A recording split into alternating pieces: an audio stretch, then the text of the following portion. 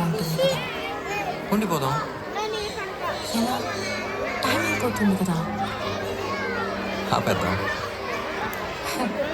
అలా సినిమాల్లోనే అవుతుంది. అయితే అక్కడికి వెళ్దాం. ఏ హీరో అలా ఎలా? ఓ హీరోయిన్ ఇలా.